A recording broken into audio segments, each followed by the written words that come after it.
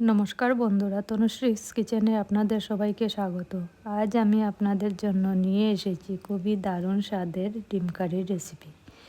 এভাবে ডিম কারি একবার বানিয়ে খেলে বারবার খেতে চাইবেন।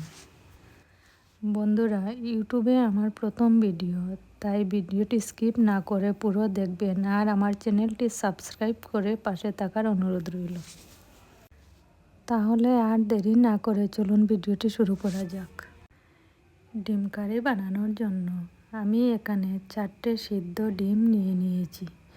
ডিমগুলোকে এবার আমি এক এক করে এভাবে খোসা ছাড়িয়ে নেব। এখানে আমি সবগুলো ডিমের খোসা ছাড়িয়ে নিয়েছি। এবার আমি ডিমগুলোকে এক এক করে মধ্যে কেটে নেব।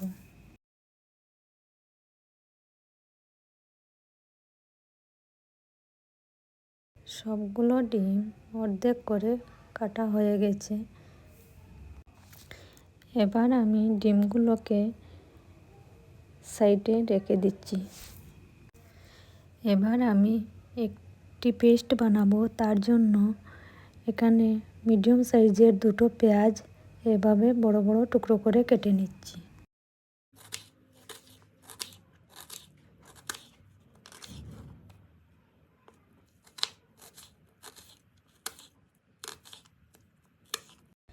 পেঁয়াজগুলো কাটা হয়ে গেছে।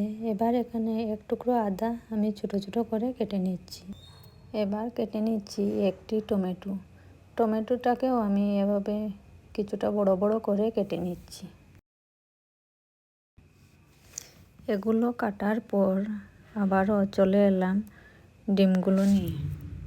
ডিমগুলোতে আমি এবার অল্প নুন, অল্প হলুদ গুঁড়ো আর অল্প লঙ্কার গুঁড়ো দিয়ে ভালোভাবে ম্যারিনেট করে নেব।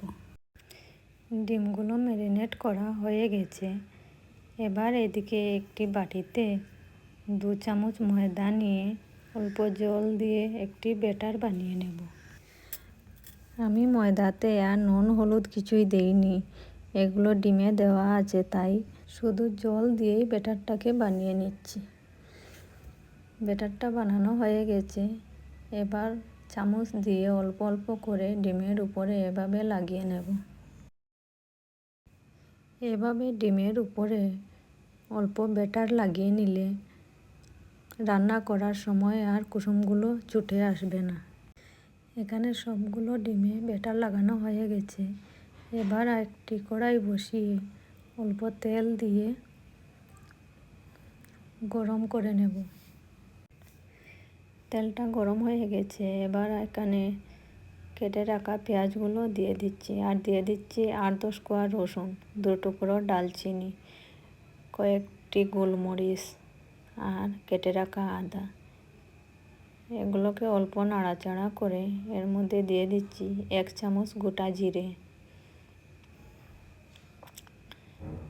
আবারও অল্প নাড়াচাড়া করে এবার দিয়ে দিচ্ছি 2টো কাঁচা লঙ্কা আর কেটে রাখা টমেটোটাকে দেওয়ার পর এভাবে কিছুক্ষণ নাড়াচাড়া করে অল্প ভাজা হয়ে গেলে একটি প্লেটে এগুলোকে নামিয়ে নেব।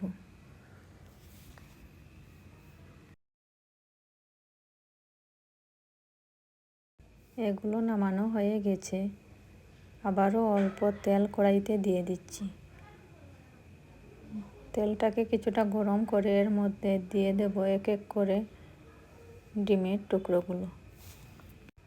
ডিমের টুকরোগুলো দেওয়ার পর এভাবে উল্টে পাল্টে কিছুটা লাল করে ভাজবো।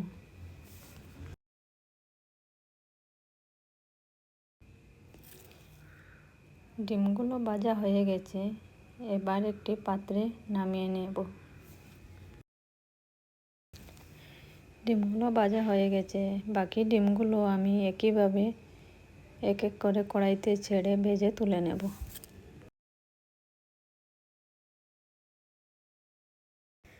এখানে সবগুলো ডিম আমি ভেজে নিয়েছি।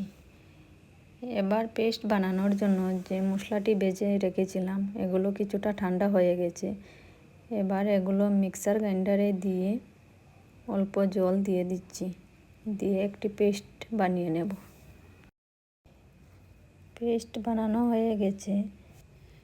ডিমগুলো ভাজার পর কড়াইতে অনেকটা তেল বেঁচে গিয়েছে। আমি এর মধ্যে দিয়ে দিচ্ছি একটি তেজপাতা আর একটি কুচি করে কেটে রাখা পেঁয়াজ। পেঁয়াজগুলোকে দেওয়ার পর আমি এভাবে কিছুক্ষণ নাড়াচাড়া করে কিছুটা লাল করে ভাজবো। পেঁয়াজটা কিছুটা লাল হয়ে গেছে। আমি এখানে একই সাথে পেঁয়াজ, টমেটো, রসুন, আদা, জিরে সব কিছু পেস্ট করে নিয়েছিলাম, এগুলো দিয়ে দিয়েছি। দেওয়ার পর অল্প নাড়াচাড়া করে এর মধ্যে দিয়ে দিচ্ছি 1/2 চামচ হলুদ গুঁড়ো, 1 চামচ লঙ্কা গুঁড়ো, 1/2 চামচ ধনে গুঁড়ো, স্বাদ মতো লবণ। এগুলোকে দিয়ে এবার একই সাথে ভালো করে কিছুক্ষণ মিশিয়ে নেব। ভালোভাবে মেশানো হয়ে গেছে। এবার আমি এর মধ্যে অল্প জল দিয়ে কিছুক্ষণ কষিয়ে নেব।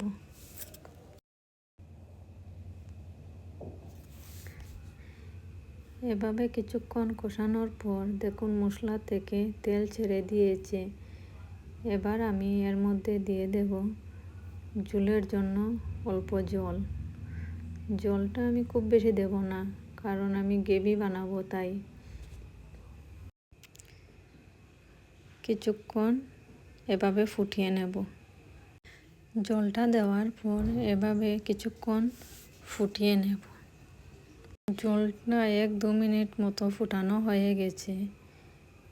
এবার এর মধ্যে দিয়ে দেব আগে থেকে ভেজে রাখা ডিমগুলো। ডিমগুলো দেওয়ার পর এভাবে ঝোলের সাথে ভালো করে মিশিয়ে নেব। মেশানোর পর এর মধ্যে দিয়ে দেব অল্প গরম মশলার গুঁড়ো। গরম মশলার গুঁড়ো দিয়ে 2 মিনিট মতো ফুটিয়ে নিলেই তৈরি হয়ে যাবে দারুণ টেস্টি এই ডিমের রেসিপি। এবার অন্য একটি পাত্রে নামিয়ে নেব। দেখুন বন্ধুরা, দেখতে কতটা সুন্দর হয়েছে আর খেতেও অনেক সুস্বাদু এই ডিম কারি। তো বন্ধুরা, আমার এই রেসিপিটি যদি আপনাদের ভালো লেগে থাকে তাহলে লাইক, কমেন্ট, শেয়ার করে পাশে থাকা বেল আইকনটিতে প্রেস করবেন। আর নতুন নতুন রান্নার রেসিপির জন্য আমার চ্যানেলটি সাবস্ক্রাইব করবেন। তাহলে বন্ধুরা, ভিডিওটি এখানেই শেষ করছি। আবারও দেখা হবে আরও একটি নতুন ভিডিওতে নতুন রেসিপির সাথে।